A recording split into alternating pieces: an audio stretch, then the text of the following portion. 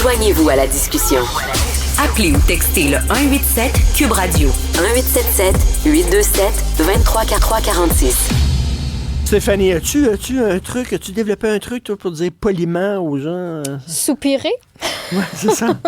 Non, mais parce que moi aussi, évidemment, ça vient me chercher. Mais sur la messagerie texte, on n'est pas les seuls. Là. Patrick, un fidèle auditeur de Saint-Jean-sur-Richelieu, qui dit « C'est vrai que c'est très dérangeant. » Tu sais, ceux qui parlent en plus extrêmement fort. Il y a quelqu'un d'autre qui nous a texté, mais j'ai pas son nom, donc n'hésitez pas à signer vos textos, qui dit « Sujet pertinent. » Tu sais, c'est vrai que les gens manquent un peu de savoir-vivre avec les appels sur haut-parleur. Et je lisais justement un article là-dessus, puis tu sais, on jase, tu sais, on cherche à comprendre le pourquoi du comment. Puis c'est une professeure de théorie et de comportement organisationnel qui dit que, en fait, peut-être que nos comportements sont influencés aussi par ce qu'on voit à la télé. Tu sais, la façon dont on utilise notre téléphone, qui est représenté dans les films, mais surtout dans les téléréalités, pourrait avoir un impact. Parce que, tu sais, quand tu regardes une télé-réalité, ce qu'ils font, bien, on les voit passer des appels téléphoniques sur haut-parleur parce qu'on veut savoir ce qui se dit. C'est une télé-réalité, là. Donc, tu sais, en plus, ils racontent à haute voix, tu sais, tout ce qui s'est passé et tout ça.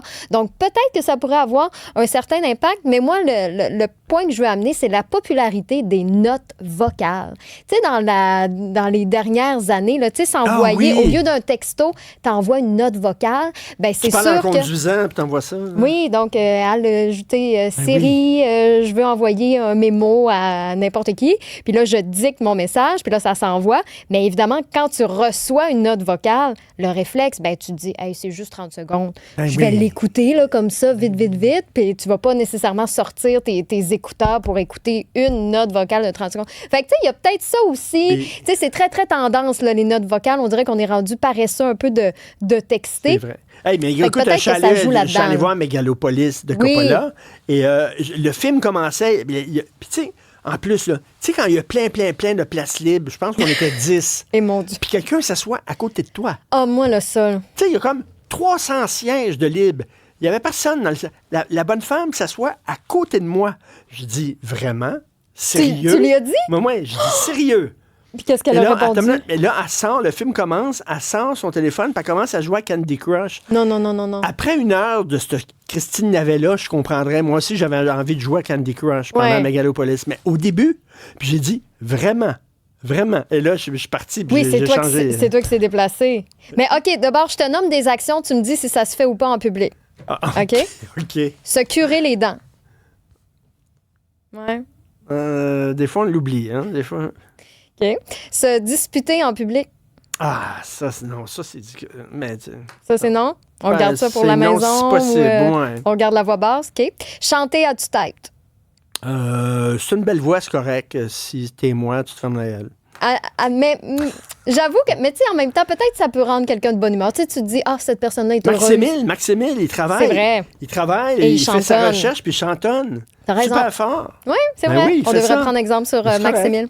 Mâcher la bouche ouverte, là. Tu sais, mettons, t'es au restaurant, t'entends saper à côté. Non. Pas en tout, zéro. Marcher la bouche ouverte non plus, là. Fermez votre bouche, de toute façon. Fixer. Tout avec la bouche ouverte, ça se fait. Fixer les gens. Fixer les gens. Tu sais, mettons, t'es dans l'autobus, dans le métro, peu importe, dans une salle d'attente. Non. Ça se fait pas? Non, mais tu sais, en même temps, dans une salle d'attente, puis il y a des gens devant toi, puis là, tout le monde fait semblant de regarder comme ça. Là, parce qu'on veut pas croiser le regard.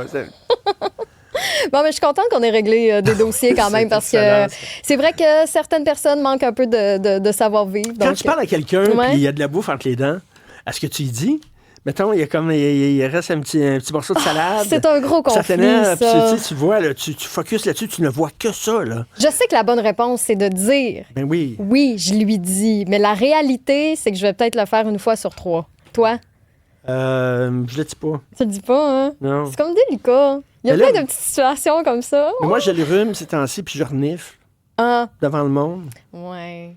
Ça, c'est talent aussi. Ou tu sais, quand tu tousses trop. Regarde, vois-tu, il y a quelqu'un sur la messagerie texte qui dit que la madame qui s'est assise à côté de toi voulait probablement s'asseoir à côté d'une vedette. Oh, ben. Fait que, non, c'est une anglophone. Elle savait pas t'étais qui. Aucune idée qui j'étais. Je sais pas ce qu'elle voulait. Que ça soit à côté de moi, c'est weird, ça.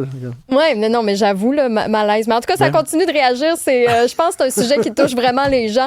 1-877-827-2346, le 187 Cube Radio pour nous écrire. Et dans une vingtaine de minutes, Luc Laliberté, évidemment, notre spécialiste spécialiste en politique américaine. Et ça va commencer par...